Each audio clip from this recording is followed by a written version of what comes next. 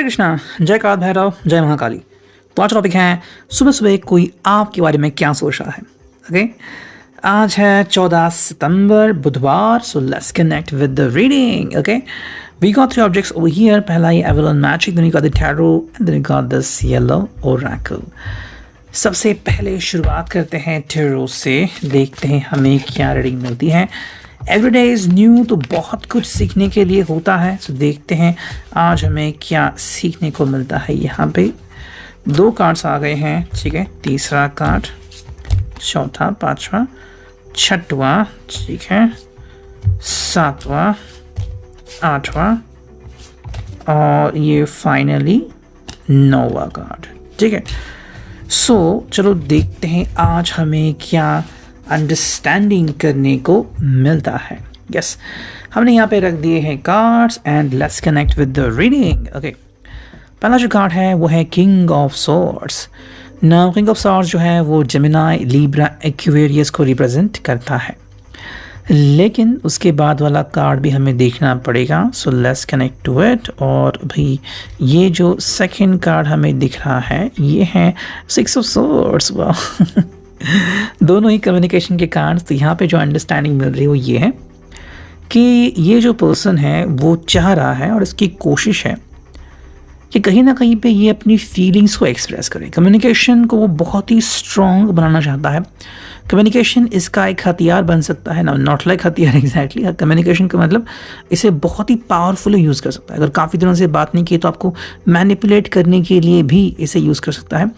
अब ये कहाँ तक और किस हद तक मैनिपुलेट होगा वो तो आपके ऊपर डिपेंड है। जैसे कि मान लो आपको आइसक्रीम खानी है एंड इनके लिए कोई इंपॉर्टेंट काम है, तो उस वक्त आपको आइसक्रीम खाने से परहेज़ कराना, ये भी एक मैनिपुलेशन टूल हम कह सकते हैं। तो ऐसे में अगर आप उनकी बात मानते हो तो हाँ, इन्होंने अपने कम्युनिकेशन का यूज़ किया, ये हम कह सकते हैं। जनरली अगर हम कहें तो ये पर्सन काफ़ी खुश है बीइंग विद यू, लेकिन अब एक आई थिंक ऐसे हालात आए हैं जहाँ पे उसे अपने कम्युनिकेशन स्किल्स को डेवलप करना है। ये उसके भविष्य के लिए भी काफ़ी इंपॉर्टेंट होगा। अगर वो किसी क्लाइंट के साथ काम कर रहा है तो उसके लिए भी काफ़ी इंपॉर्टेंट होगा। और अगर हम आपके रिश्ते की बात कर रहे हैं तो ऑब्वियसली अगर वो आपको कन्विंस कर पाए तो बहुत ही अच्छी बात होगी। 6 of swords Gemini, Libra, Aquarius के लिए अगेन, तो यहाँ पे ये पर्सन आपको कन्विंस करना चाहता है। यहाँ पे आपका मन दिखता है, ठीक है। देखो, फिजिकली आप अवेलेबल हो ना हो, उसके करीब हो या फिर दूर हो, वो तो डिपेंड होता है, लेकिन आपका मन हमेशा उनके आसपास रहेगा। तो आपके मन को डाइवर्ट करने की कोशिश ये पर्सन कर सकता है। ये दोनों प्रकार से काम कर सकता है। एक प्रकार के हिसाब से कि भाई जैसे अगर आपसे बात की और कहा कि आप अपने काम में ध्यान दें, तो कहीं ना कहीं आपका ध्यान इनसे भटकेगा। और कहीं ना कहीं अगर आपको लगातार फ़ोन कर या फिर रोमांटिक मैसेजेस दे रहे तो आपका ध्यान हमेशा इनके पास ही रहेगा। तो अगेन मैनिपुलेशन यहाँ पे हमें दिखता है। तो जो कार्ड हुआ द व्हील ऑफ फॉर्चून, तो एक नई शुरुआत हो रही है यहाँ पे। आई थिंक नया फेट हमें देखने को मिलता है। एक कहते हैं ना किसी की नई स्पाइस, मान लो कि एक जैसे कि आप दाल चावल खा रहे हो तो दाल रोज़ की है, लेकिन आज आपने कुछ स्पाइसी डाला उसमें, तो आज बहुत ही अच्छी लग रही है और खाना बहुत टेस्टी लग रहा है। तो वैसी चीज़ें हो रही हैं। फेट अपने हिसाब से चल रहा है, लेकिन उसमें कुछ मैजिक ऐड किया है। तो ये पर्सन जो है उसका फ़ायदा उठाने की कोशिश कर रहा है। ये शायद इसलिए हो रहा है कि कुछ ग्रह हैं जो इस पर्सन के शायद मूव ऑन हो चुके हैं। चलित ग्रह जो है वो शायद कमाल दिखा रहा है अपना। तो जो है उन्होंने शायद कहीं ना कहीं कोई एक आई थिंक पावरफुल चीज़ वेयर की हो, पहनी हो 2-3 दिनों के लिए, बस उतना ही उसका इफेक्ट रहेगा, ज़्यादा इफेक्ट नहीं रहेगा, ठीक है। सो ये बस 2-3 दिनों के लिए ही हमें दिख रहा है। नेक्स्ट कार्ड हुई 3 of cups, cancer, Scorpio, Pisces. ये पर्सन ज़िंदगी के सारे मज़े लेना चाहता है। मज़ा मतलब कि जैसे कि मान लो इसको पसंद है कि टपरी पे चाय मिलती है तो वहाँ पे चाय पीना, या फिर घूमना, मौज मस्ती करना, तो वो सारी चीज़ें हमें यहाँ पे देखने को मिलती है, ठीक है। That you can't take away from him. जैसे कि कई बार ऐसा होता है ना कि आप उसे कहते हो कि भाई परहेज़ करो ये खाने से, बाहर का खाना मत खाओ, ऑयली खाना मत खाओ, तो अब ये सारा ऑयली खाना खाने की कोशिश कर सकते हो। जो मन में आएगा वो करना यहाँ पे हमें दिखता है। नीचे कार्ड हुई थी एम्प्रेस। तो एम्प्रेस में आई थिंक इस पर्सन की मुलाकात किसी से हो सकती है। दैट्स इट, इतना ही है, ज़्यादा कुछ नहीं है। अगर आपकी बात करें तो स्पाइसी नाइट्स यहाँ पे दिखते हैं, स्पाइसी मोमेंट्स आ सकते हैं, लेकिन मोस्टली अगर हम आपकी बात करें तो शायद आप ज़्यादा कन्विंसिंग हो, आप या तो उनका ध्यान खींचने की कोशिश कर सकते हैं। लेकिन अपेरेंटली अगर हम इनकी बात करें तो शायद किसी नए व्यक्ति से भी ये पर्सन मिल सकता है। द मैजिशियन का मतलब है कहीं ना कहीं अपनी जादू का इस्तेमाल करना, चाहे वो जादू आँखों से हो या फिर चेहरे से हो, बातों से हो। तो यहाँ पे उनके द एम्प्रेस आ चुका है। आई थिंक आप चाहते हो कि वो अपनी जादू का इस्तेमाल आपके ऊपर करे, और जिसको लग रहा है कि देयर इज समबडी या फिर इनका ध्यान थोड़ा सा हट चुका है, जैसे कि हम कहते हैं अट्रैक्शन, तो अट्रैक्शन फेज में ये पर्सन किसी और की तरफ अट्रैक्ट हो सकता है। That's it. सिर्फ 1-2 घंटे के लिए बात हो सकती है कि कहीं ना कहीं इनका ध्यान भटक गया और वापस से लाइन पे आ गया। 2 ऑफ वांड्स इसलिए आज यहाँ पे आप वापस से आ चुके हो। दैट मीन्स एक हल्का सा कहते हैं जैसे हल्की सी बारिश, वैसी हल्की स्पाइस आपकी ज़िंदगी में आ सकती है कल के दिन, and that is gonna be wonderful for both of you as well.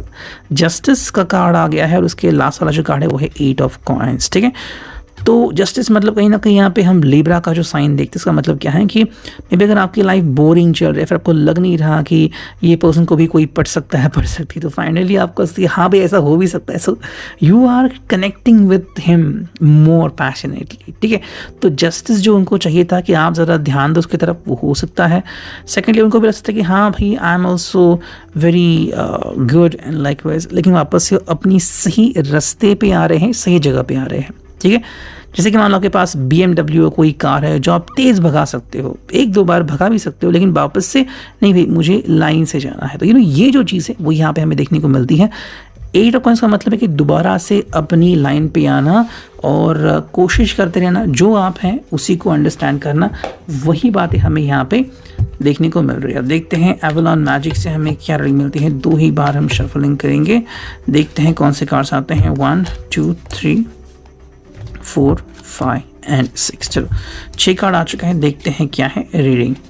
पहला कार्ड है, ठीक है, इसका मतलब क्या है वो देखते हैं। That is this one, honour your commitments. तो कहीं ना कहीं यहाँ पे इनकी कमिटमेंट आती है। हाँ, ख्वाहिशें तो बहुत है, लेकिन जो कमिटमेंट आपको दी है वो इन्हें भूलनी नहीं है, जो कि एक अच्छी बात है। सेकेंड जो कार्ड है यहाँ पे हमें पावर दिख रही है। As light follows darkness so day follows night, be patient and wait for the right opportunity. तो कहीं ना कहीं अपनी ज़िंदगी में कुछ करना चाहते थे तो वो सही समय आ चुका है जहाँ पे अपने आप को एक्सप्रेस कर सकते हैं। थर्ड जो कार्ड है यहाँ पे थोड़ा सा एरोगेंस, थोड़ी सी honesty, be enchanted with your life's potential, seek and find, know and discover. तो जैसे कि हमें ये कार्ड दिख रहा है कि यहाँ पे कुछ अलग थलग दिख रहा है कि कुछ करने का जज्बा जो यहाँ पे दिख रहा है बिल्कुल वही है। ये पर्सन शायद खुद को आजमाना चाहता है, इसलिए शायद किसी की तरफ अट्रैक्ट भी हो सकता है। नेक्स्ट कार्ड है यहाँ पे, ओके, कप्स का card, welcome the solitude, it is time to replenish your very soul. कहीं ना कहीं अकेलेपन से ये पर्सन मिल सकता है, जूझ भी सकता है, लेकिन उसके लिए काफ़ी सही बात होगी ये। नेक्स्ट कार्ड है यहाँ पे, ये है कि भाई देखते हैं, I love yourself for the courage you have shown to arrive at your best version today। कहीं ना कहीं अपने ऊपर प्राउड करने की कोशिश करेंगे, घमंड भी आप उससे कह सकते हो। नेक्स्ट लास्ट जो कार्ड है वो है, you are in alignment with your soul's longings, make a move now. तो कहीं ना कहीं सही अगर नहीं जा रहा है तो सही जाने की कोशिश ये पर्सन कर सकता है, तो ओवरऑल उसके लिए सारी चीज़ें सही मायने में टर्न हो सकती है। So not to worry about it. और इतने फाइनली इस ओरेकल से क्या रीडिंग मिलती है, इमोशनल। तो कहीं ना कहीं ये पर्सन दिन भर में इमोशनल हो सकता है, फिर एट द एंड आप उसे इमोशनल करके उसका दिल जीत सकते हैं। नेक्स्ट कार्ड है कर्मा। तो ये यहाँ पे आता है कर्मा या फिर कर्म का मतलब क्या है भाई? कर्मा का मतलब है कि आप जो करते हो ना, जैसे कि आपने कई बार यूट्यूब पे वीडियो देखे होंगे कर्मा रिटर्न्स वगैरह, तो मतलब क्या है कि जो आप कर्म करते हो उसे बाद में पे करना ही होता है। अगर अच्छे कर्म किए तो अच्छे क्षण मिलेंगे आपको। जैसे कि मान लो किसी की आपने हेल्प की तो दिल को सुकून मिलता है, वही किसी को टॉर्चर किया है, फिर किसी के घर चोरी किया तो दिल बहुत हेवी होता है। बिल्कुल वही बात है। तो कर्म का सिद्धांत यहाँ पे है। आज शायद वो कुछ ऐसे कर्म करना चाहेगा चटपटे से, जैसे कि ज़िंदगी में उसके स्पाइस आ जाए। ठीक है, थर्ड जो कार्ड यहाँ पे वो है कंट्रोल। कंट्रोल का मतलब क्या है कि ये अपने आप को कंट्रोल कर रहा है। अब अगर इन 2 कार्ड्स का मीनिंग निकाला तो कैसे निकलेगा? मान लो कि आप अपने टीनेज में हो और आपके घर में बाइक है और पहली बार आपको चाबी मिली और कह रहे कि अब मैं बाइक चलाऊंगा, तो वो जो फीलिंग है, एक्सटेसी है, वो यहाँ पे दिख रही है। लेकिन वो ज़्यादा तेज़ नहीं चला रहे हैं, कंट्रोल में। सो दैट मीन्स वो अगर किसी से मिल भी रहे हैं तो कंट्रोल में रहेंगे, नथिंग अबाउट इट। ठीक है, नेक्स्ट कार्ड यहाँ पे वो है अ ब्रेक, एंड जो फाइनल कार्ड है वो है stubborn. A break and stubborn का मतलब क्या है? कहीं ना कहीं भी आप आपके लिए हो सकता है, फिर उनके लिए। स्टबर्न मतलब कि हाँ भाई ये पर्सन आपसे कनेक्टेड है, that is a wonderful thing, लेकिन कहीं ना कहीं एक ब्रेक छोटा सा तो बनता है। अगर आपने या फिर इसके जॉब ने इसको उसे पकड़ के रखा था कि नहीं आप फ्री नहीं हो सकते, आपको ये करना है वो करना है, तो कहीं ना कहीं ये ज़िंदगी में ब्रेक चाहता है जहाँ पे ये सिर्फ अपनी मर्ज़ी से ज़िंदगी जिए, और इसलिए थोड़ी सी चीज़ें हो रही है, लेकिन आप स्टबर्न हो और ये पर्सन भी स्टबर्न है, तो वापस से अपनी ज़िंदगी में सही सलामत लौट ही रहा है। Get ready, I hope it will resonate. Thank you.